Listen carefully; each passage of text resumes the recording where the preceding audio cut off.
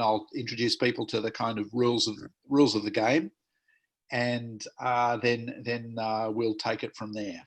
And beautiful. Let's just hold on another minute or so while people join. I can see they're still joining pretty regularly, so we'll do that. Hi, Lorenzo. Where's Lorenzo?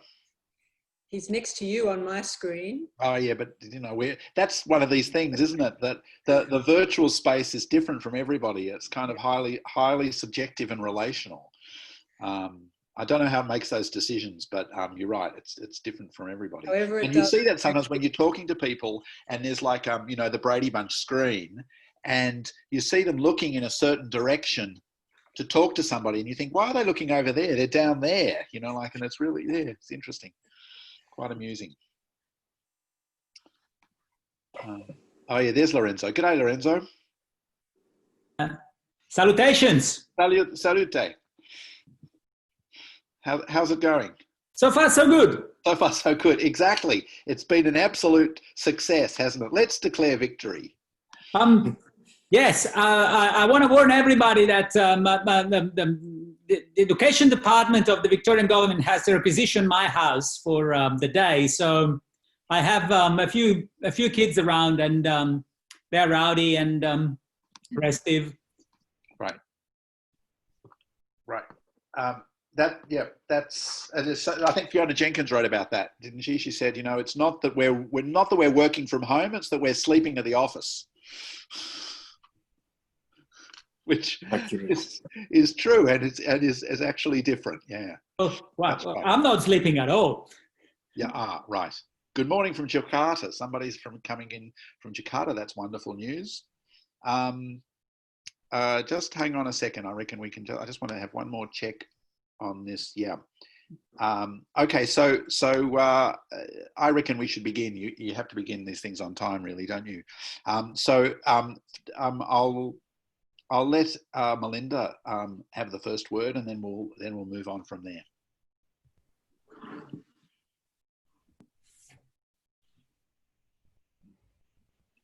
You just need to unmute, Melinda, and you'll be good to go. It says the host has to unmute, so maybe you have to unmute, Melinda. I don't think I'm the host. I think Carlos is the host. Okay. Okay. Can you hear me now? Yes. Yeah. Okay. Excellent. Carlos is running his usual fabulous tight ship. Well, look, hi everyone. It's fantastic to have such a fabulous turnout, 60 people already and perhaps even more coming in. Thanks for joining us from wherever you are. Let me begin by acknowledging the Aboriginal owners and custodians across all of the lands from which we are zooming in. And for the two host organisations for this event, we acknowledge the Wurundjeri here in Melbourne and the Ngunnawal Ngurambri in Canberra. Whoa, gee, my brain, my Zoom tongue twister brain. Let me also warmly acknowledge any Indigenous people who are here with us, among us today. Last time the Institute of Post-Colonial Studies hosted an event was back in March, believe it or not. On that occasion, we gathered together in our room in North Melbourne with 4 speakers, Aboriginal fire ecologists and activists, as well as an eminent scientist. And these people had travelled the length and breadth of the country to participate in our discussions about the future of fire.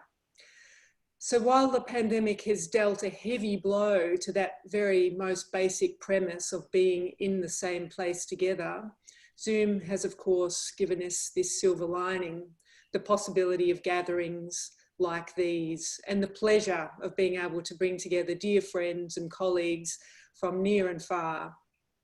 I was really delighted when Des and Lorenzo brought the proposal for their seminar series to IPCS. And I'd just take this opportunity to thank them both for their really energetic and inspired work in pulling together such a terrific and substantial program.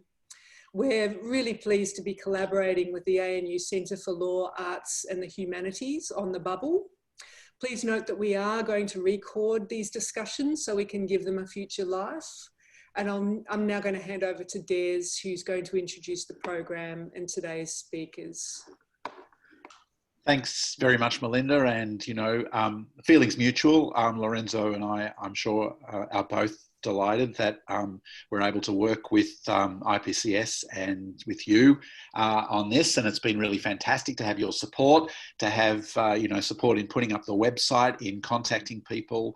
Thanks to Carlos for doing all of the sort of the back end of it, which has been really, really valuable for us. So thanks all round. I missed a pun of a friend of mine, which I always feel really crappy when I miss a pun.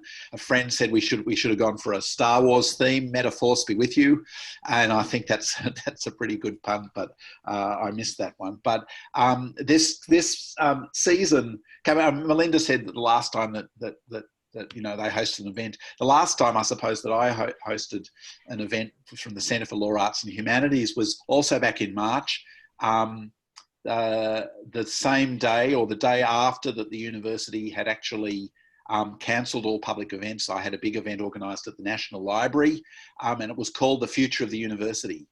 It was an amazingly prophetic discussion. And who knew that was going to be, at that point, that it was going to be such a huge kind of issue. But since then, it really also came out of the pandemic. Melinda talked about silver linings, and one of those silver linings was that I had to, as many of you in this group will have had to adapt my teaching and my design and my pedagogy on the fly in the middle of first semester to adapt to a completely remote environment. And that meant that I got involved in doing things like vodcasts and interviews. And as part of the work for a course that I was doing on colonialism, I'd read some work by Lorenzo Veracini, which I'd enjoyed, and I wanted to talk to him about it. So I did an interview for the students with Lorenzo about colonialism as metaphor, which is something we'll be looking at in next week's Zoominar next Friday. And I enjoyed that discussion, and we got talking more about the natures of metaphors, the powers of metaphors, and how metaphors are sort of signs, I suppose, in some ways, of the times we live in, but also perhaps symbols of other things. And it was out of that we, you know, got the idea for this, and then we got working, trying to work out who we wanted to invite and where we could spread the word. And I'd say we were pretty overwhelmed by the response that we got from people from all over the world, from many different disciplines, from many different perspectives, more than we could handle for this series. We were unfortunately, I suppose, in the position of having, you know, too many applications, and we've had to sort of curate the series. But in a way, that's been a delight as well. And so I'd like to thank everybody who's going to be participating in this series. We're going to have 8 Zoominars Fridays at this time. We've got 4 for September, and we're then taking a break for a couple of weeks, and then another 4 in October and into early November. So a series of 8 Zoominars with 3 speakers in each set, and a range of kind of issues that we're going to be dealing with, which I think cover some really interesting fields for this series. And we're starting with the big picture, and then we're going to move, as you'll see, through different themes. You can follow all of that up on our website. So let me just go through a little bit of the admin of this. As Melinda said, we are going to be recording it. 12:30 is our start time. We're asking people to talk for no more than 15 minutes so that we've got some time for questions, and then we're aiming to finish around 1:45 and no later than 2 o'clock, somewhere in that space, so that it doesn't, you know, take over the whole day. But we've got a great set of papers here. What I'd like, I guess that what I'm going to try and do is, if you've got a question to ask, raise your hand. If you go to the participants tag at the bottom of your Zoom screen, if you click on that, you'll find that there's to be an option for hand. And if you click raise hand, then I and the hosts as well will be able to look through that and see who'd like to ask a question. You can also comment or ask a question in the chat line, but I find it's better if we actually get people to ask their own questions rather than having everything run through the chair. So at least to begin with, let's try using the raise hand function, or just type a line in the chat saying, Des, I'd like to ask a question, and I'll keep a list of questioners. And we're going to start off the question period with this kind of overarching question that we framed today's seminar around, and that is, can we remake the world through metaphor? So we'll get to that in the question period. So for the moment, let me welcome our three participants today. Edwin Bakundo from Griffith Law School, Dorota Gozdeka, who is at Helsinki School of Law, but has a long association with the ANU and is currently based at the ANU as part of a long pandemic story, which I'm sure we all have our own versions of that. And then Dimitris, I haven't checked whether Dimitris is online yet. Yeah. Sorry, I am online. I had some problems with Zoom. No worries, no worries. With my computer, I don't know what was happening. I just didn't want to introduce you if you weren't going to be there. I mean, you know, like my time is too valuable to be introducing people who aren't there, but you are, which is great. So Dimitris Vardalakis is from philosophy at Western Sydney University. So our first speaker, and we've got this broad theme today is metaphors we survive by. So this is meant to be, in a way, a big picture of how we might be thinking about metaphors in the 21st century. And Edwin's topic is reading Faust into international criminal law. Edwin, over to you. Thank you very much. Thank you very much, Des. And thank you, Melinda, as well as Carlos, the ANU Center for Law and Humanity and the IPS for hosting this. So yes, today I'm going to be speaking about reading Faust into international criminal law, because international criminal law is, of course, replete with many metaphorical references in one form or the other to the decidedly non-legal, but at once theological, but really more to the point, literary devil. So you have examples such as the Kenyan president speaking about international criminal justice as that devil shall be defeated. Or you have the Canadian General Romeo Dallaire in Rwanda titling his book around the period, Shake Hands with the Devil. Mm. Or you have Carl Schmitt being interrogated at Nuremberg and being asked by the interrogator, when did you renounce the devil? Then you have defense counsel at the Karim Khan at the International Criminal Court talking about how the Kenyan government itself was accused of having entered into a deal with the devil. And then you have the judge at Rudolf Kastner's trial earlier on in Israel, accusing him as having sold his soul to the devil. So again, there's numerous references to them.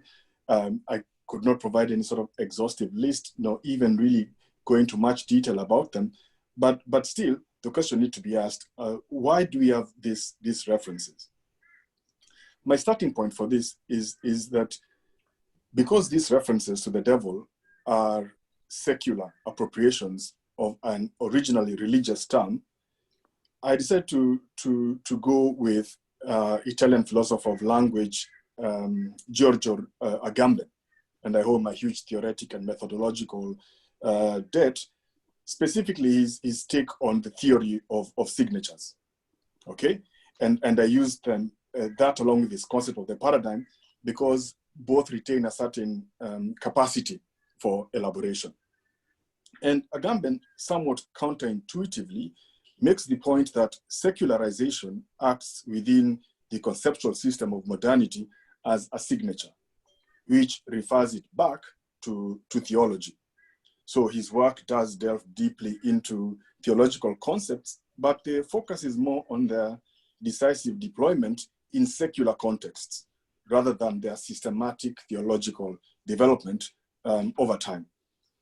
So in that spirit, in this paper, I advance the idea of the Faustian Pact as an exemplary paradigm with legal utility, which is historically borrowed from literature, but originates in religion.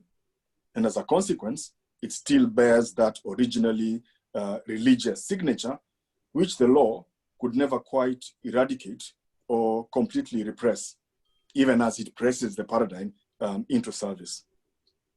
Now, again, going back to Agamben, although he says figures such as the Homo Sacer, the sacred man from Roman law who may be killed but not sacrificed, as well as the Mussulman, which was the concentration camp inmate that was inured to all suffering, or the state of exception, or the concentration camp, and all of these examples that he uses, he says that these are all actual historical phenomena, but he treats them as paradigms whose role is to constitute and make intelligible a broader historical problematic context. So in that sense, using this as exemplars, which exemplify by example, the paradigm is a form of knowledge that is neither inductive nor deductive, but analogical. So it moves from singularity to singularity. And Agamben further indicates that the paradigm of every signature is founded upon language. So the originary signature is language, all right, which matters in this context. So this notion of signature then, I deploy it here as talking about something in one sphere, so here the devil in legal contexts, which is marked by its origin from a different sphere, which is the devil in literature, but in turn sourced by literature from theology. So it's directly relevant and tied along with Agamben's own methodological approach when you look at his most explicitly methodological work, which is the signature of all things. So he talks about his debt to Carlo Ginzburg, Ginzburg's debt to Giovanni Morelli, and then Sigmund Freud's statement that Morelli's method was closely related to the technique of psychoanalysis. So my approach is by reading excerpts from Johann Wolfgang von Goethe's Faust, side to side with references to the devil, international criminal law, that will gain certain insights into some repressed aspects of legality. So this is similar to psychoanalysis, to quote Freud, in that they both seek to divine secret and concealed things from despised or unnoticed features, from the rubbish heap, as it were, of our observations. So that's why the paper follows Ginzburg and surveys the available clues which accompany the signature, as it were, of the devil erupting in international criminal law context, precisely because it does not seem to be of law, even if we find it in law, okay? And on that basis, we take that marginal topic as the focus, okay? So in order to try and illustrate the Faustian Pact's metaphors, enduring utility, rationality, and importance to law. What is more, when Agamben is elucidating his methodological approach, he relies quite a bit on Aby Warburg's description of the symbol and the image as the crystallization of an energetic charge and an emotional experience that survive as an inheritance transmitted by social memory. And for Warburg, this was true for artists, historians, and scholars who were akin to necromancers, who consciously evoke the specters threatening them. And Agamben makes the point that to conjure encompasses two opposite meanings, to evoke and to expel. And he goes on to say that perhaps those two meanings are not quite opposites, because dispelling something, a specter, a demon, a danger, first requires conjuring it. And when you look at the extensive footnote that Agamben appends to that Warburgian analysis, it shows that it's heavily reliant on Goethe's Faust. So saying that thus he conjured up specters which quite seriously threatened him. He evaded them by erecting his observation tower. He is a seer, such as Lynceus in Goethe's Faust. And Agamben actually further cites Faust elsewhere in the end of the poem, in Potentialities, in Kahneman, in Adventure, and in Infancy and History. Another additional link in the secularization stakes is that, of course, Agamben's key interlocutor here is Carl Schmitt. And Carl Schmitt referred to his own famous secularization thesis as Faust's solution in his diaries, which are yet to be translated. But he also stated that even Satan's power is as such from God and not evil. Now, this renders Schmitt's devil more a literary specter than a literal one.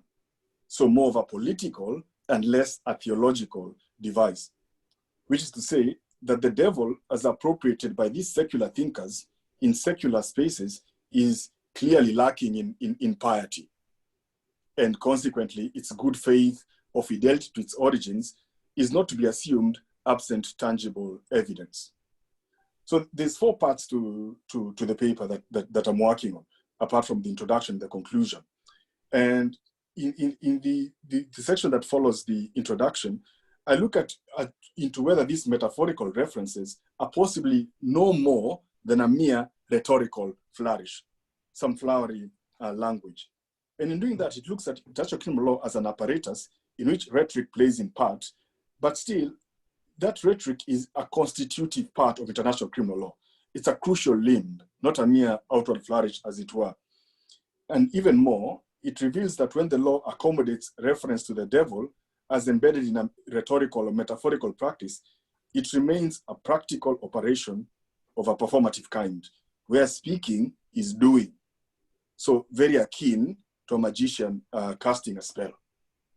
And in the 3rd section, I read Goethe's legally informed take on the Faustian Pact as a contract, which is an archetypical legal document, instrument, and relation, but also a wager, which is a relatively uncommon species of contract. And I do that in order to use it as a lens to position legality itself as an archetypical Faustian Pact, or perhaps better, but less innocently, as a Mephistophelian offer to treat, where whatever is achieved is what was asked for, but not was sought. What was asked for, but not was sought, whose final outcome is dependent upon the open texture of language, specifically in the gulf that it opens between expression and intention. It therefore should give rise to, at best, ambivalence, given that Faustian pacts always incorporate a self-aware accommodation of evil. And in the 4th part, look at the notion of the office as a hidden in plain sight referent to the devil, international criminal law, at the heart of its doctrine and practice to a remarkable degree. And then in the conclusion, I summarize the paper's overall argument that the Faustian Pact is a hidden but intimate part of international criminal law, and by implication, legality generally, but only with the active consent, connivance, and cooperation of those that should hold its thrall through its tempting equation of evil with good. So its utility in international criminal law context lies chiefly in how it mediates between individual actions and their social consequences. And Goethe is a uniquely valuable resource in this regard because he was a legally sophisticated poet. And in this context, poetry and law are united because of their shared dependence upon language, both semantically and semiotically. And of course, Agamben's work amply demonstrates this. So the mocking words that Goethe, as a poet-playwright, self-reflexively puts in the mouth of the character of the manager, speaking to the character of the poet-playwright in Faust period on the stage, were, since you pretend to be a poet, make poetry, obey your will, can be read as a Mephistophelian challenge to the lawyer in their capacity as a lawyer, when paraphrased as, since you pretend to be a lawyer, make law, obey your will, by using metaphorical references. But then the question becomes, could rhetorical references to the devil only serve and never overpower law's intended purposes? And the answer to that, I think, is no. Metaphorical references cannot really serve the law's purposes, or if they do, they serve it in a very curious way indeed, which is, to quote Faust's, Mephistopheles' description of Faust to the Lord in heaven. Thank you very much. That's great. Thank you. I guess not afraid to shy away from the big subjects. We're going to start with the devil, and from the devil we go to human rights, which is of course not even a segue really. So I'm going to turn the floor over now to Dorota Gosdecker. And the title of her paper is All Animals Are Equal, but Some Are More Equal Than Others. Equality is an Illusion in Contemporary Rights Discourse. Thanks, Dorota. Thank you. I'd like to send a file, and I'll try to do that. And I hope that you get it. It's just a picture. I don't have a PowerPoint or any kind, but I do have a picture. So I hope that you receive that. Where are you sending it?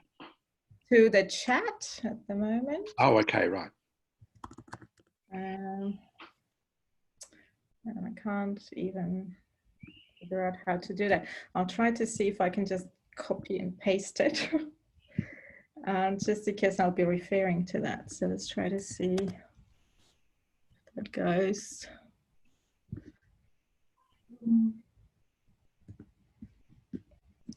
Not really. Well, at the time, I'll try to maybe share the screen with you and just show you what I'm talking about. Anyway, I'm going to kill the favorite baby, which is equality. So I'll try to share in this speech how, to me, equality sort of, or the discourse of equality is a certain illusion rather than a metaphor.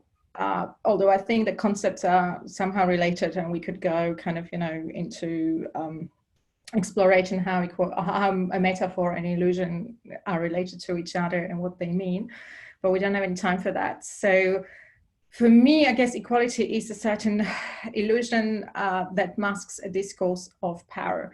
And the first time I started thinking about, equality, something that is ingrained in our legal education, something that we hear on the first day when we come to the law school, everybody's equal in front of the law. For the first time, that picture of equality is something desirable and existing and real and actual was sort of spoiled for me when a student about 10 years ago asked in my class when I was describing Rawlsian conceptions of equality and the sort of liberal conception of equality more generally. And the student raised their hand and said, "What do you mean everybody's equal? What does that mean?"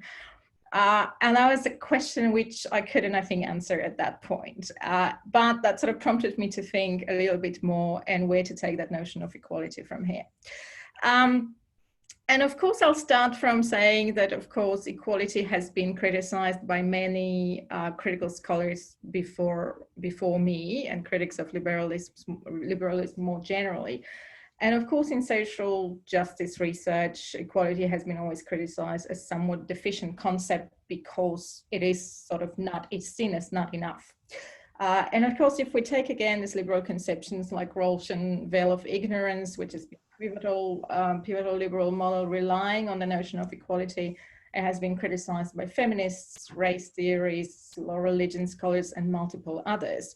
And the central critique coming from that is, of course, that equality as presented in liberal theory is firstly blind to difference. It assumes sameness, requires everyone to fit a certain type of a mold, and that mold often is a rational male. And when people gather behind that veil of ignorance, the imaginary figure that actually is operating from behind that veil often implies that assumed standard of rationality, middle-aged white men in positions of power over property owning. And Mari Matsuda, in her piece on liberal jurisprudence and abstracted visions of human nature, kind of summarizes this equality or this understanding of equality in the following words. I quote, "The theory of justice as fairness is constructed around the original position. In that imaginary and abstract starting place, rational men are free of knowledge of themselves. Thus free, they will inevitably choose Rawls's two principles of justice, giving primacy to liberty and considering a limited scheme of distributional fairness." Now, of course, in saying that, Matsuda reminds us that this abstract rationality is not only impossible, but ignoring real-life differences between different legal subjects, including basic difference between abstract and rational masculinity on the one hand, and situated and contextualized femininity on the other hand. Those critics, of course, still assume that equality as such is something desirable, but insufficient in remedying in social injustice. And what multiple scholars have proposed, sort of in terms of addressing this injustice and this inequality, is an idea of equity, And this much preferred model looks something like that. So I'll try to share my screen with you. Oh, I can't share the screen with you. So I've got to first sort of, can I share the screen now maybe? Not really. Host has disabled sharing the screen, so there's nothing I can do in terms of sharing that picture with you. In the first picture, in any case, I've got two people standing at a tree, and the tree is slightly bent, and it shows inequality because only one person on the other side, on the side of the tree that is leaning close to them, is able to reach an apple. And of course, inequality means unequal access to opportunities. Now, when you have equality, there are two people standing on two sides of that tree and both have a ladder. However, only one can reach the apples because the other one is still too short and unable to reach the tree and harvest the apples. Now, when you have equity, of course, that gives certain custom tools which allow to address inequality and those deficiencies, societal injustices. Therefore, one person's ladder is a little bit taller than the others, and both of them now in that picture can reach the apples. And the final picture in the image that I can't share with you is a picture of justice, where the tree is actually fixed and therefore the system is just and everybody has real access to justice. So just I hope that you can imagine that picture. But insofar, I have really said nothing new, and you know, I've just shown what the typical critique of equality has been. But what I would like to say or would like to show is that equality is in fact a form of governance of power. And to do that, I will refer to Wendy Brown's critique of tolerance, a principle which is closely associated with equality.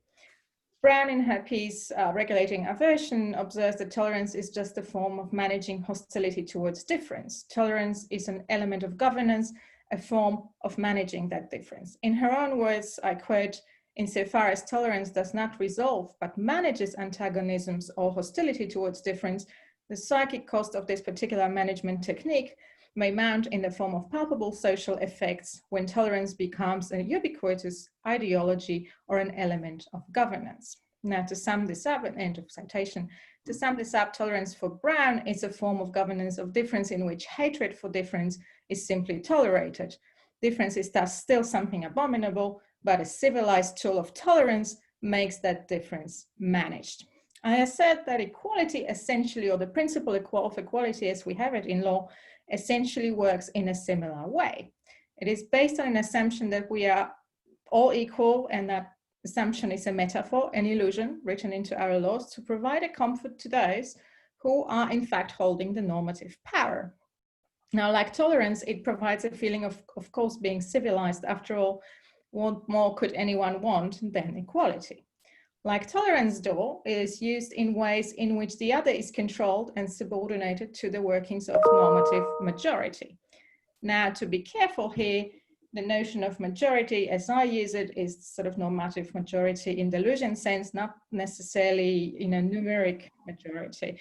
It is based on the actual holding of power. As we know, for the laws, you are in a majority if you occupy a position of power where you count for twice as much as somebody else, even though you might be, in fact, numerically in a minority.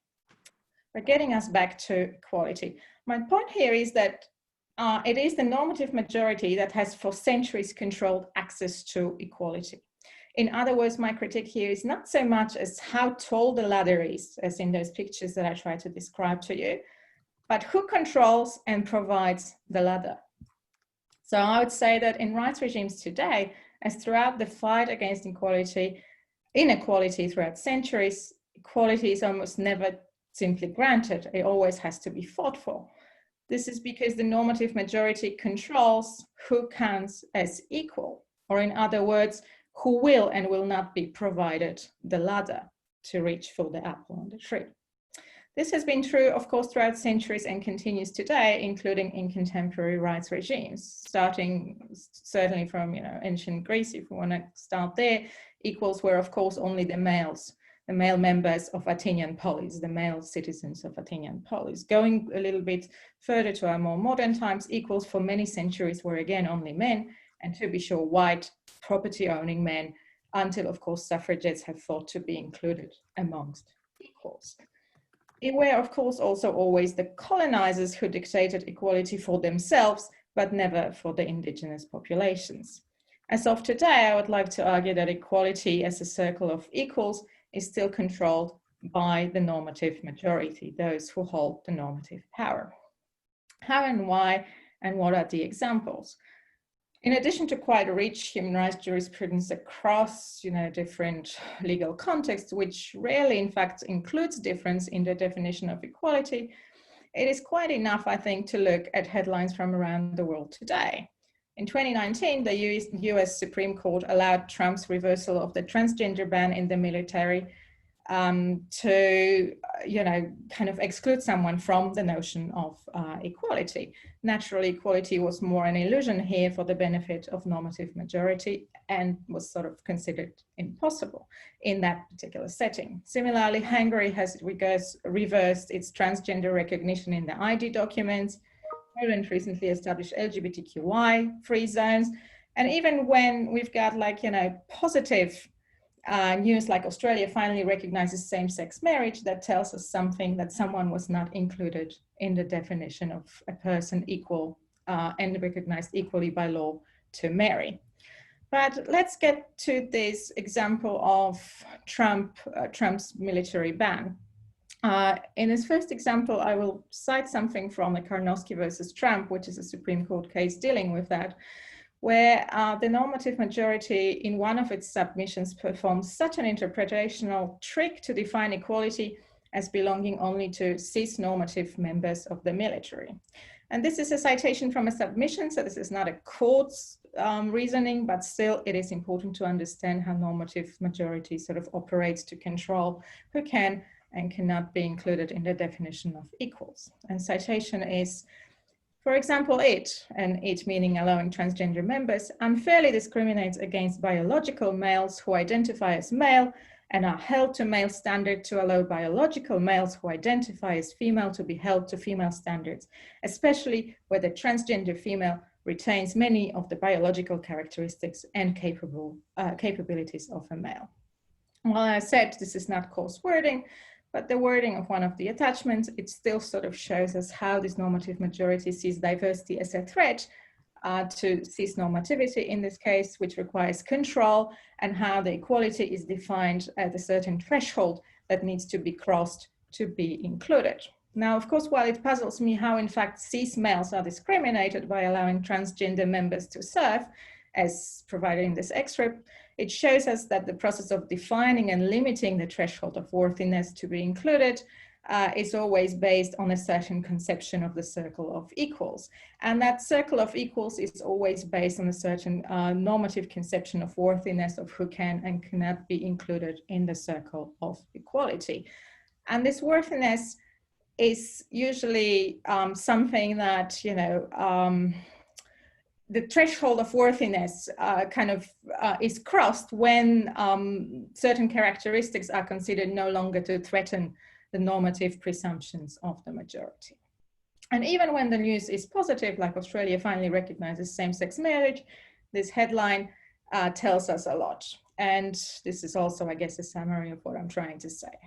So these headlines tell us, namely, that equality and the circle of equals is always controlled by the normative majority, that equality is a form of governance of difference and aversion, where the other is included only when the majority's discomfort with otherness is conquered and when the other is considered finally to be worthy of joining the circle of equals. Now, this, of course, almost never happens peacefully and often requires dissent or breaking the laws. And when equality is denied, it is always for the benefit of normative majority. It is thus, in fact, a strong controlling tool of minority by the majority. And since it is never unconditional, it in fact does not exist beyond its abstract construct. It is thus an illusory, metaphorical assumption, well protected from access by those who hold power. Now, current backlash against equality should thus not really surprise us. Power, as multiple wiser people than me have shown, is not easily shared, and once shared, as long as the normative majoritarian paradigms exist, can always be taken back or regained. If equality were more than an illusion, backlash probably could not happen, because in truly egalitarian society, normative control would not exist in this way, and deciding who is and isn't equal could simply not take place. And I think this is where I'm going to end these musings and pass on to the next speaker. Thank you. Thanks a lot, Dorota. So our final speaker in this grouping, as we kind of explore the background language, the ways in which metaphors get used either as tools for illumination, or as Dorota suggests, actually as tools for obfuscation in sort of foundational legal and political contexts. We go to Dimitris Vartalakis, who's a member of the Department of Philosophy. Is that right, Dimitris? I'm at Western Sydney University, and Dimitris is going to be talking to us about ideas about agonistic democracy. Thanks, Dimitris. Well, I'd like to thank IPCS for hosting this exciting seminar series, and the irrepressible Des for being the puppeteer that moves the strings behind this whole organizing. I'm a puppeteer, Dimitris, but I noticed that the strings do not connect my hand to anything that anybody else is doing. It's all virtual, virtual strings now. It's an illusion. The Zoom strings. illusion. So thanks for having me. And I've recently kind of finished the first draft of the book on agonistic democracy. So I will present some of the sort of key ideas or the framing of the book. And the title of the paper is, I'll use the apple metaphor. The three apple metaphors in agonistic democracy. So I'll talk about three metaphors of apples, okay?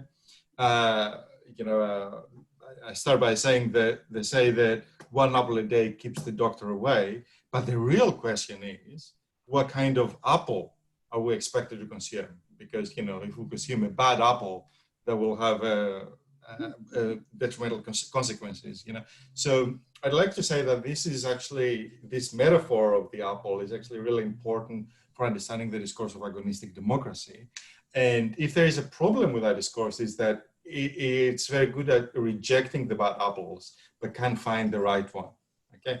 And in particular, it rejects two bad apple metaphors, but it does not understand the third one that I will argue is a better one.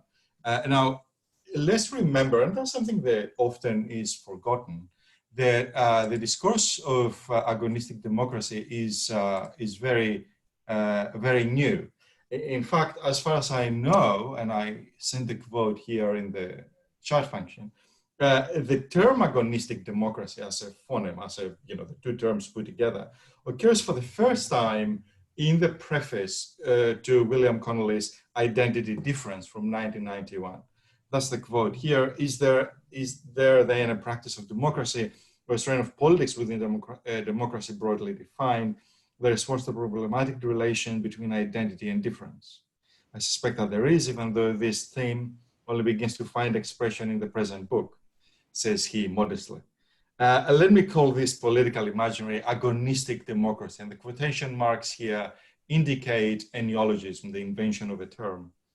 A practice that affirms the indispensability of identity to life, disturbs the dogmatism of identity, and folds care for the prodigy and the adversity of life into the strife and interdependence of identity difference, or what Connolly subsequently comes to call pluralism. Now, the key to understanding what he's talking about here is the rejection of the dogmatism of identity. There is agonistic democracy on the one hand, and there is the dogmatism of identity on the other. The dogmatism of identity can be understood as the metaphor of two apples. The first is the Augustinian apple. Augustine in the 4th century inherits a major problem. So this is the dawn of Christianity, the moment that Christianity established itself as the official religion of the Roman Empire. And Christianity faces a very significant problem, which arises from the definition of the divine as providence, borrowed from Stoicism. So if God is omniscient, omnipotent, and omnipresent, then how is it possible to account for the existence of evil? that is evil a property of the divine, and doesn't that contradict the very notion of providence? So various answers were given to that, but the answer that won the day is the answer that Augustine gives in terms of his account of the fall, in his account of eating from the tree of knowledge, biting the bad apple, you know. So according to Augustine, the evil is a property of the human because the human has free will, and the free will is the choice between good and evil. What apple are you going to buy, the good apple or the bad apple, so to speak? Okay, so the advantage, so this, you know, Augustinian apple is responsible for shifting the attention of a kind of morality to the individual.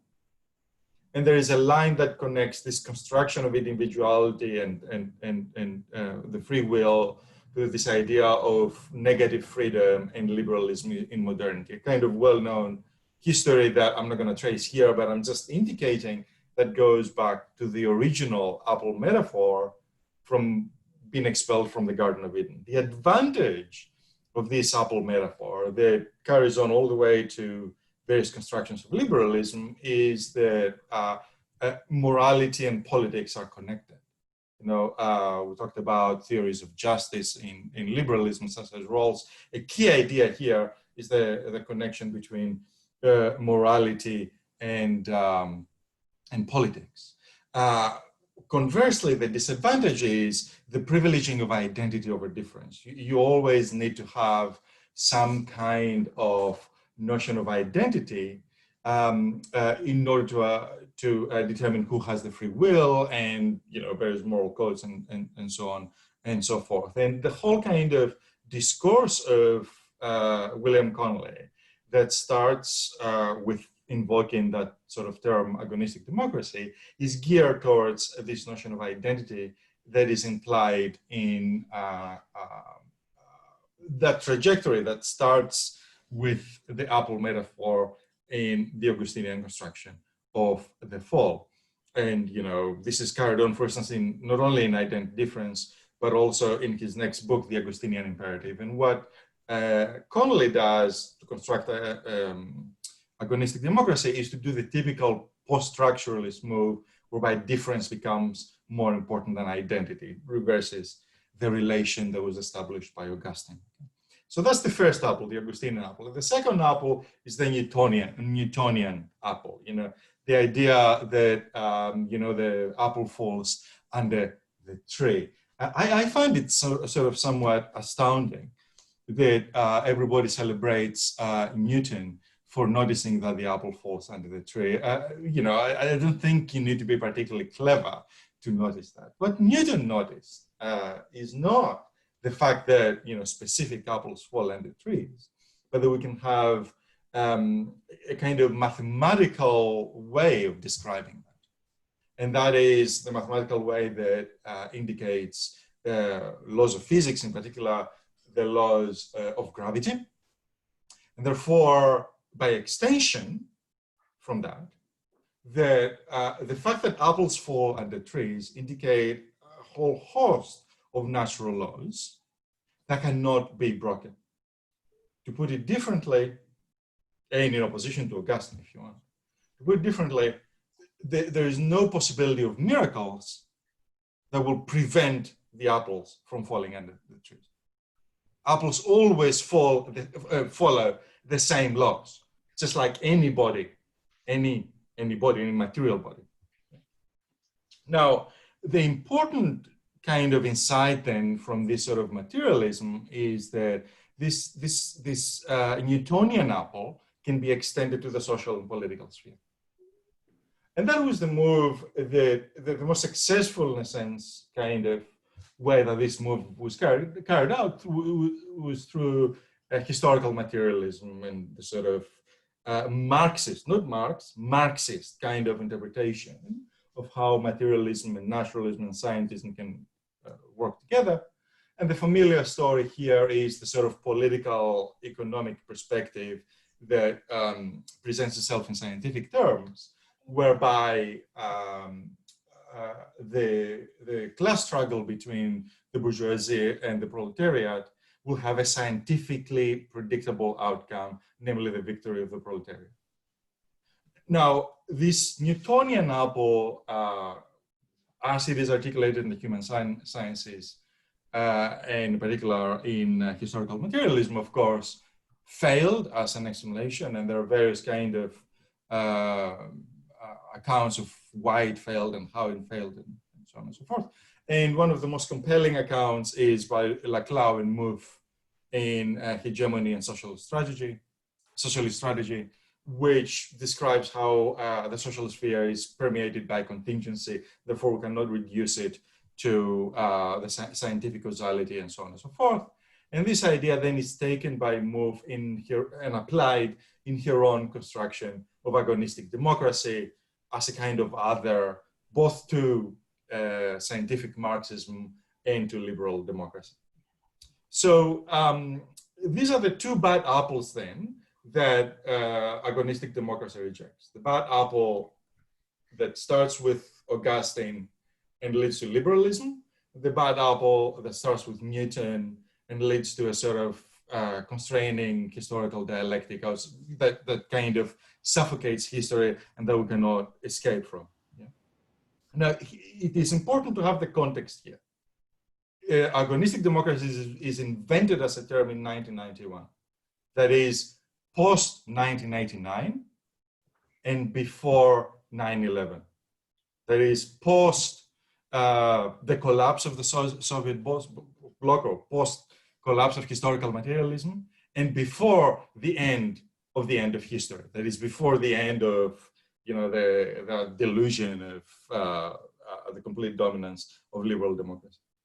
However, one fundamental characteristic of this project of agonistic democracy that rejects the two bad apples is that it borrows something from these two bad apples. What it borrows from liberalism is a rejection of the idea that human relations can be understood in instrumental terms. It is bad, it is immoral to be instrumental.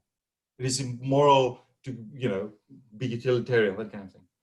And the thing that it rejects from Marxism is the idea that the causal teleology that historical materialism entails is conflated with, again, personal calculation of means and ends, personal instrumentality. Okay, so these are the two ways that instrumentality, in a sense, is repressed by agonistic democracy, theories of agonistic democracy, by borrowing both from the critique of liberalism and the critique of Marxism.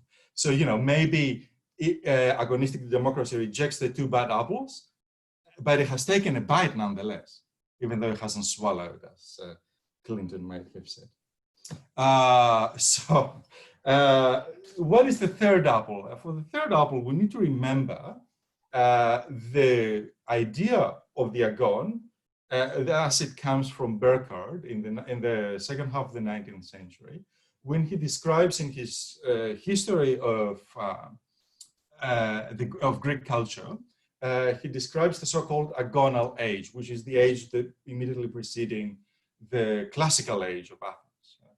And the agonal age, the key characteristic of the agonal age is that it's dominated by the aristocratic, the aristocrats, and the aristocrats exercise their activities by through the agon, which is described as useless kind of competition. For instance, in festivals, athletic festivals, theater festivals, and so on and so forth. The key characteristic of the agonal age for Becker is the uselessness, the lack of utility, the lack of instrumentality. Now, a young colleague of Burckhardt's at Basel University, going by the name of Friedrich Nietzsche, you might have heard of him, he published a very short essay around that time, very early essay, or he wrote a very short essay called Homer's Contest, in which he describes the idea of the agon through the distinction between two goddesses of conflict or discord called Ares. But he doesn't kind of give us the whole story of Ares and where this sort of concept of discord comes from. He was a philologist. He assumed that everybody knew the story. But the story goes as follows. And it has to do with the apple again. That's the third metaphor. Okay. Zeus threw a party and he invited all the gods. Right? But he forgot to send an invitation. He forgot to send an invitation to the goddess of discord, Ares. And Ares got really upset. She threw an apple between, three women that were related to Zeus: Hera, his wife, Athena, and Aphrodite, his daughter. And the apple said Callistin on it, meaning the most beautiful. And they were fighting between themselves as to which one was the most beautiful. They ask Zeus and they tell him, well, you come to be the judge of that. And Zeus goes, no way. I'm not getting involved in your conflict here. I'm staying out of it. And no other god wanted to be involved. So they invite a human, Paris, who was the prince of Troy, right? To tell him adjudicate who is the most beautiful. And here is the key point. They tell him to adjudicate, but they also give him something to calculate. They tell him, Hera tells him, if you make me the most beautiful, I'll make you the greatest politician in the world.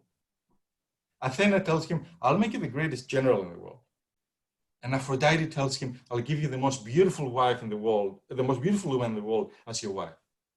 Now, Paris did not think with his brain, and he chose Aphrodite. Hence Homer's contest, the Iliad. Why does this story matter? Because here we have, at the center of contest, at the center of the agon, we have calculation, we have instrumentality. So I think this third metaphor is really important today, post 9/11, in the age of COVID, when we're calculating 1.5 meters away from each other, as a kind of renewal of the discourse of agonistic democracy, going beyond the old two metaphors and introducing the third one for the importance of calculation and instrumentality to understand agonistic democracy. I've rushed a bit. I'm sorry I've gone over time, if I have gone over time. Thank you. Wow, that was great. I mean, who would have thought? We really should have called the series The Apples, right? Because it's all been about the apples. Doridus was all about apples. Demetrius, I don't know if you just suddenly made that up, but if not, that's a wonderful coincidence. Your paper was all about apples. And Edwin's paper was all about the fall, which, as we know, is all about apples. And I think there is a fundamental question. Desmond, yep. Apple is dominating the world too. Sorry? Apple is dominating the world. Oh, and Apple is dominating the world too. That's right. We're many of us working on Apple. And actually, I was going to make another kind of a pun, which is, in a way, as I listened to all the three speakers speak, I kept thinking of that old story about representation and mimesis, and about whether a representation of something is a kind of truth about that thing or a kind of a fraud, right? And that's actually the story of apples, right? It's the name of the painter is Appels. And his painting was meant to be so convincing that the bees were fooled to think tried to get pollen out of the fake flowers and all of that sort of thing. And so I'm leading up to a question which is about this, it seems for our series, this really vital question about, do we think of metaphor as a way of getting to the truth of something, or do we think of it as a kind of a concealment over the top of something? So I think, that's perhaps a question for the panel as a whole. And if I wanted to make it a little bit more specific, if I go back to what Edwin was talking about, some wonderful references and quotes there, Edwin. But I wonder what the difference is in your mind between a metaphor and a faith that we no longer believe in. If like the devil, did Schmidt think the devil was just a metaphor? I'm not sure. And if you think about the Reformation, then you think that's exactly about what the Catholic Church thought of the Eucharist, was that it was real and true and material. And then the Protestants said, no, it's just a metaphor. So the line between the loss of faith and the rise of metaphor seems to me a really interesting kind of question. And so I wonder where you, Edwin, or other people on the panel, but we start with you perhaps, whether you think that, you know, is a metaphor just a dead faith? And because that's where I think the tension between your paper and what I took out of Dorita's paper is that she seems to be, you could read what Dorita was saying as a kind of a critique of metaphor, not as a dead faith, but as a way to create a faith in something which is dead. The illusion is a fraud. The illusion is a trick. Equality is a fraud, and we conceal it through these kind of the abstracted imagery of metaphor. Well, thank you, Des, for that question. And let me begin by apologizing for not being able to do absolute justice to what you've asked. Okay, so this is going to be a glorious failure. Okay, but I'll try. You know, first, I think Dorita's paper and mine, as well as Dimitri's, are more or less more in agreement than intention. So listen to Dorita's talking about equality as an illusion from around discourses of power. I was thinking to myself how I would say that in the key of my paper is that you ask for equality from the law, and the law gives you equality according to law. So it gives you equality according, if you ask equality from the law, it gives you equality according to law, which is not the equality that you sought, but it's the equality you asked for. So I see them as sort of, in that sense, agreeing with each other. But as to your question around the metaphors, I think counterintuitively, the power of a faith that we no longer believe in is increased when we no longer believe in it, paradoxically enough. Because if you use, so for instance, did Schmitt believe in the devil in the Christian sense? I'm not sure that he did when he was writing, say, political theology. I don't think that he did. I'm not sure. I could never tell. I don't think that he did. But that doesn't prevent the power of the metaphor from asserting itself. I think somebody, I'm not sure who, said that the greatest trick the devil ever pulled is to, put about the idea that he does not exist. So in using rhetorical references to religious metaphors, you end up being in their thrall more than somebody that is using them in a religious context. Because then the bottomless sort of abyss or the limitless power of God and the devil become secularized. So they're not, as it were, expelled, but now they are secularized and now become real and immediate in the form of fellow human beings. As Schmitt would put it, where you move from man being wolf to man being God to man, with no space for the human. You just move from animal to God with no space for the human. But it's only humans interacting with other humans. Okay. Yeah. Okay, I wonder, any of our other panelists want to respond to? I think that what you just said in this question might be a reply to my sort of intuitive question, what's the difference between an illusion and a metaphor? And I think an illusion is that concealment. It's that concealment that tries to hide something that perhaps doesn't exist. That's an illusion. Whereas a metaphor is a way into something. So that sort of guides you towards a direction, even though that objective thing may not exist. And I think, if I had to define, difference between illusion and a metaphor, perhaps that would precisely be the thing. But, both of them are in a sense similar because they try to represent something that kind of doesn't exist or is supposed to exist with, you know, a certain word, image, catchphrase or something. However, illusion and a metaphor perform a different role. So one of them conceals, whereas the other one leads to somewhere. So I think maybe that's my answer. Yeah. Yep. I think metaphor is really interesting. I mean, I agree with everything that Edwin and Dorota said, but I may put it in a slightly different register, a more kind of Nietzschean register. I'm not sure why I'm talking about Nietzsche so much today. But the sort of typical kind of account of metaphor from a Nietzschean perspective is to indicate that typical strategy of excess that we find in Nietzsche. Metaphor shows us that any notion of totality, be it scientific or theological, always has an element of excess inscribed in it, and therefore it can never be occluded, it can never be closed.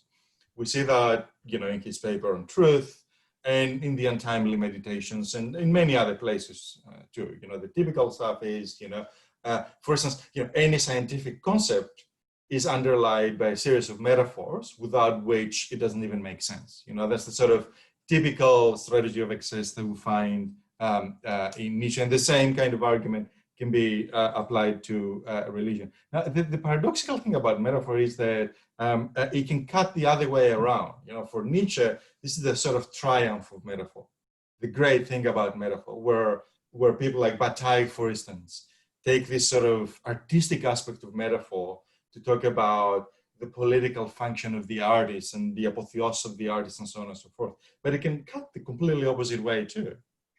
You know, remember the Frankfurt School here, or Marcuse, or something like that, where, you know, metaphors actually become, in a sense, the traps that we fall in, become part of the dialectic of enlightenment that come to enslave us in various ways. They're part of what make the one-dimensional man.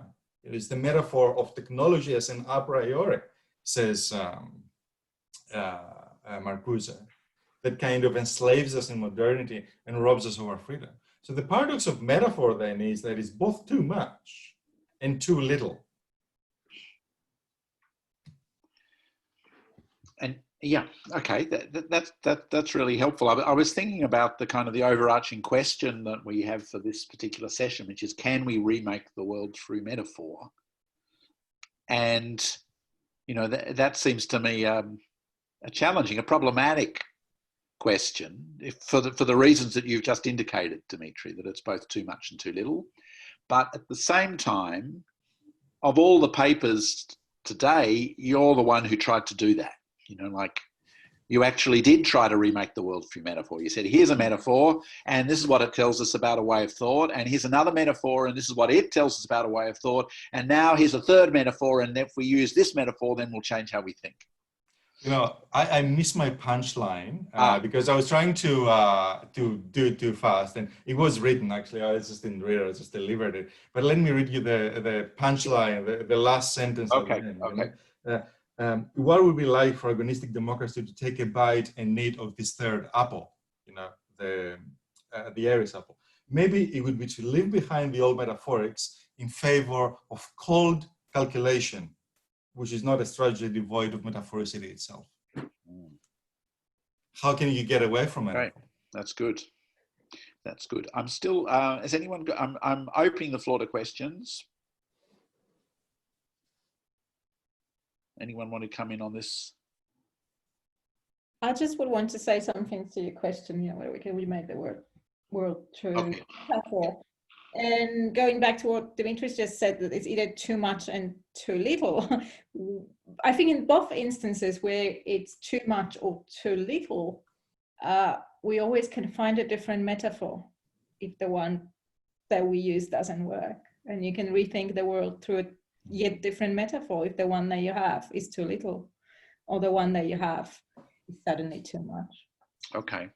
Okay, so actually you think there's a big difference then between the illusion that you're talking about and the metaphor that might serve a positive function then? I think so, perhaps, yes. Perhaps that's the, you know, positive quality of a metaphor in contrast to illusion. But even when you All right. So, and what about you, Edwin? If we think that you've an analysis of the role of the devil in the International Criminal Court, can we remake that role by remaking that metaphor? Yes, we can. We are free to do Okay. so. We are only limited by our imagination because we use metaphors. So I think Dimitri's paper has been really illuminating in that regard by showing, I would say, the corruption of Paris. Paris being given a personal interest in making judgment, but also being given the power to create in the void that Zeus has created in deciding not to judge. Because the goddesses, unless I missed it, were inviting him to remake reality by making one of them to be the most beautiful. So all of them agreed. Sorry? The myth doesn't tell us that having chosen Hera or Athena would have been a better outcome. Imagine if he was the most powerful general. That could have been a much worse outcome than, the Trojan War. Like, Homer might not have existed. Poetry might not have existed. Yeah. And if he hadn't, fallen for the most beautiful woman, who might have lost beauty in the world. I'm not sure. I'm not saying it's all counterfactual. I'm just not sure that it's judgmental of Paris, that story. I think the key to the story is that we cannot have judgments, we cannot have actions, we cannot act as human beings without calculating our utility, without a means and ends thinking, which is the illusion of a kind of liberal thinking. Morality needs to be purified from means and ends. That's it. As if we could divorce means from their ends. Mm-hmm. Yeah. Okay, I'm opening the floor. Yes, when you suggested the question for this session, right? I've been thinking about whether we can use metaphor to remake the world, but perhaps we should begin by noting that a metaphor is by definition a remake of the world. Huh. So maybe the step is not that far-fetched. Right. That all metaphors remake the world. That's right. That's what a metaphor does. We're just searching for the right one. We're not necromancers, but we are apprentices, wizards apprentices. Okay. But if you're apprentices, we have enough power to invoke the spectre, but not enough to expel it, unless a master comes to save us. Well, that's the demigod, right? We're only demigods. So we can, or the sorcerer's apprentice. Maybe that's a better exactly. way. With the sorcerer's apprentice, we can make the magical figures, but we can't control them once they do. Well, this is exactly right? Yeah. This is the world that we live in, right? A world. It's like the sorcerer's apprentice, like Ducas. Yeah. It's like too much and too little. That's the problem with the modern world, right? Yeah. And now we don't know any way of dealing with it. I've got that soundtrack playing in my head now. So, which if I had, anyway. So another question, please. Somebody else.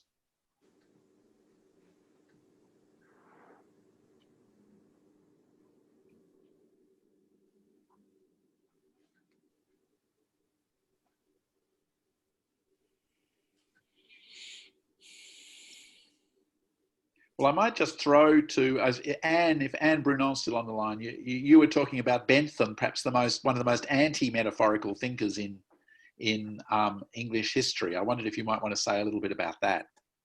Can you hear me? Yep. Okay. Well, yeah, he's depicted as one of the most anti-metaphor writers or thinker in the world, but mostly because his writings have been passed down to us through the lens of Mill.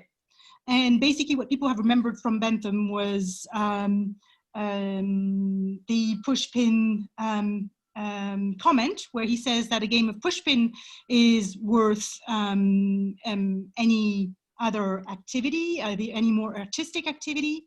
And the idea of metaphors or poetry being misleading and leading to misunderstanding.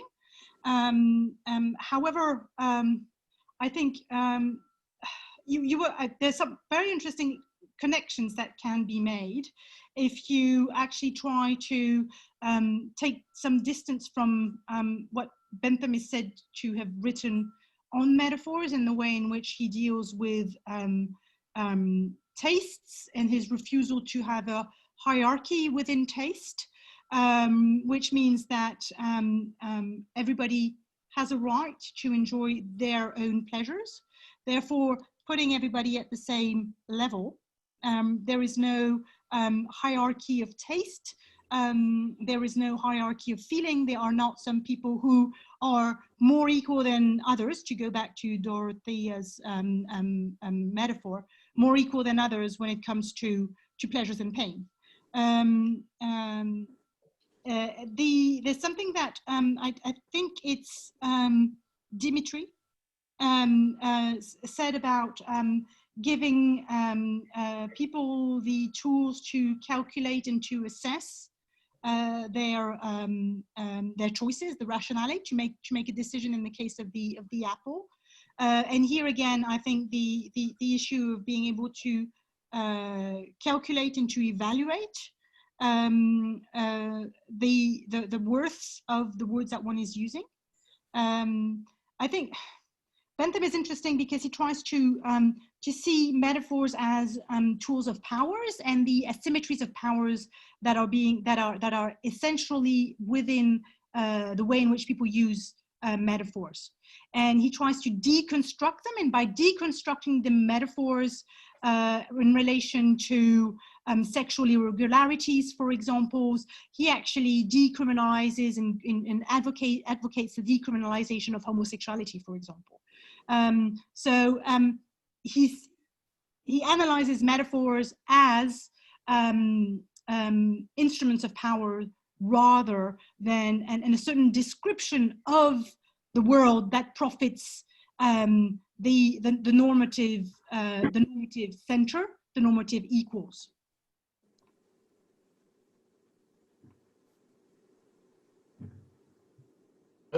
Can I respond to that maybe? And it's just to say I agree with everything that Anne says. I would just clarify one point. I would see Bentham more operating along the Augustinian and the Newtonian metaphor. And in fact, I think Bentham is the sort of, in 19th century utilitarianism in general, the sort of attempt to bring the two together, but being fully unaware of the Aries metaphor. The reason is the following. Bentham wants to find out still a correct way of calculating.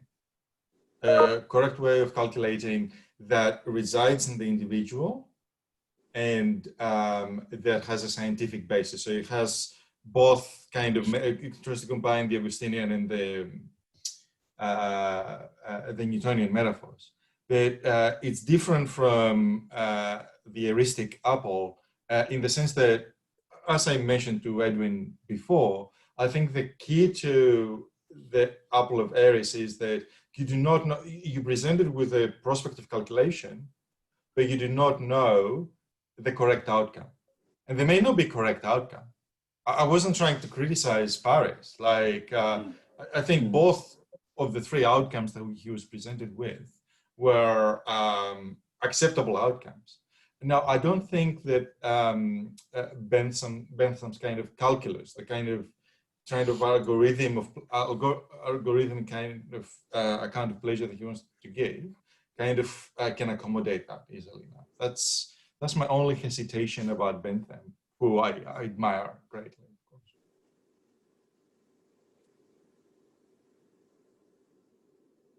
Can I just say something as well? I think Bentham was famous for calling natural law or divine law as nonsense upon stilts, which is a metaphor in many ways, and you wonder whether the problem he had with it was that it was nonsense or that it was on stilts, given that if you kind of read him through a lens fashion through Baudrillard, is that because you're such a critic of legal fictions, he seems to assume what he does not criticize in the law, is not fiction, is not fictional, when the whole thing is fictional. So if you isolate a few fictions to call them fictions, you're lying that the rest are not. You know, so I think he took the stilts for himself, based off a positive law. Yeah. All right, I think we've got time for one more remark. I think Kevin wanted to say something about metaphor and corporations.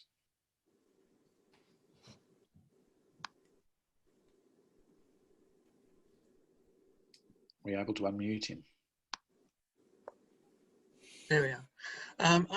A fascinating start to this series, and I was interested in the question of why we're discussing this now, what it means to be discussing it now during lockdown. And I guess part of experience of lockdown such as this is about the role of technology and in our lives, and that's dealing in a kind of virtual abstract area where we often draw on metaphors in order to give it meaning. And thinking about the apple obviously is one where we find that a metaphor then becomes a corporate brand, so that there's a degree of financial and all sorts of regulation then begin attached to it in terms of how apples are represented graphically. And of course, there's also Amazon, the metaphor of the great river of knowledge that is being supplied. And where we are now, which is in terms of Zoom, which has become a kind of default term for gatherings like this, in the same way that Uber has become the default term for ride sharing. If going back to what you were saying, I think, Desmond, about Bataille, what is the kind of mode of practice that we could engage in order to create the kind of metaphors that might provide an alternative to the branding process, which feeds this desire for us to give meaning to something which is shapeless, but in ways that are more responsive to our collectivity?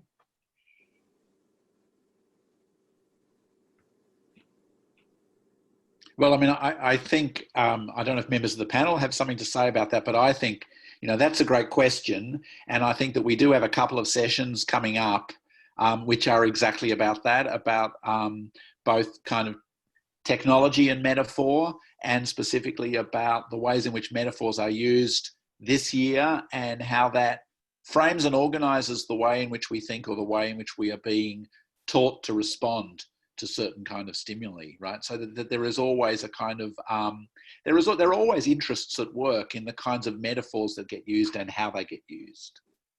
And, you know, like that's not necessarily a cynical or a Machiavellian kind of an idea, but it does mean that there's metaphors are always motivated in one way or another. They're motivated by context, but they're also motivated by interest. And I think part of our job in thinking about metaphor is to think about those contexts and those interests, and then to put ourselves in a position of accepting or modifying or transforming, finding new ways of language to express different kinds of contexts and interests.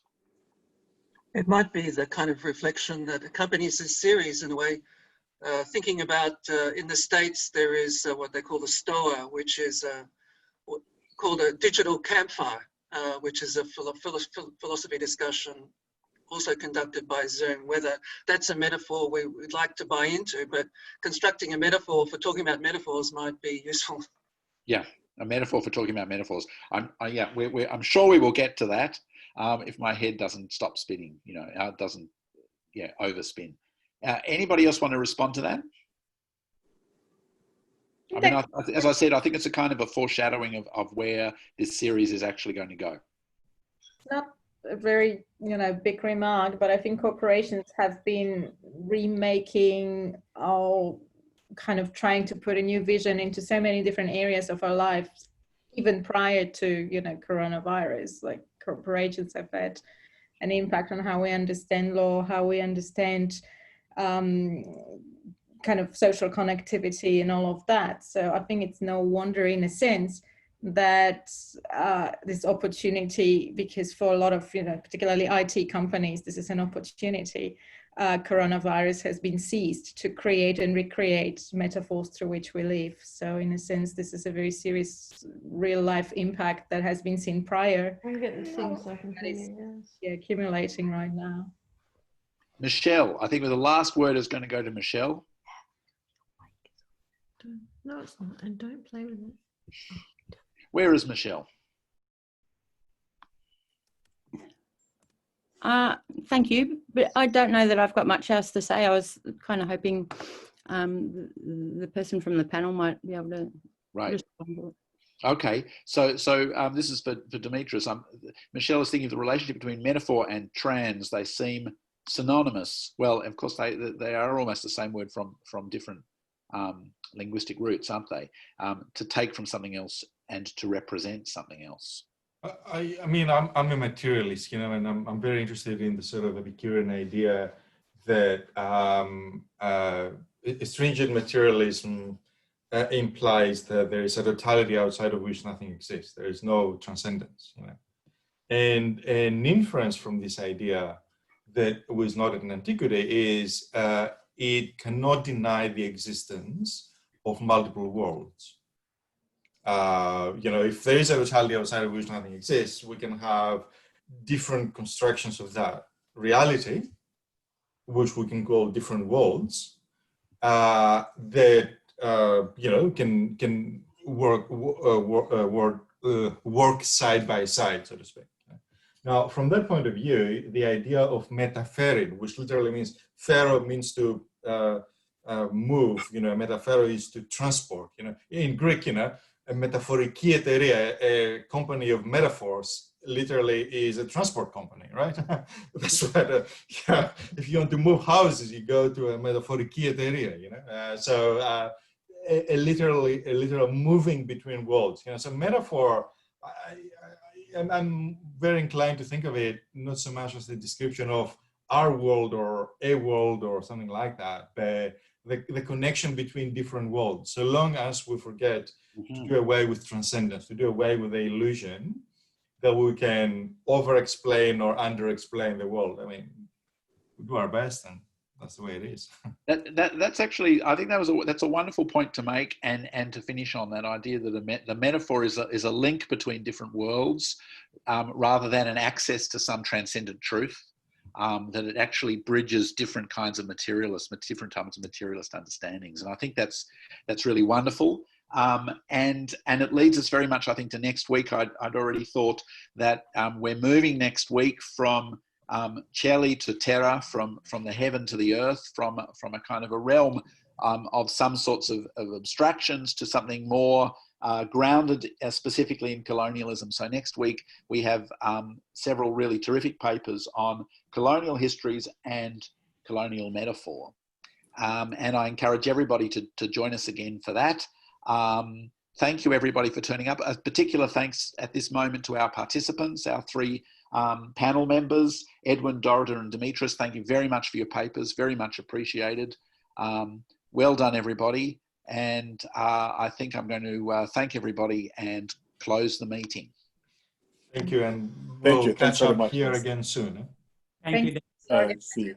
Thanks. Thank you so much. Bye.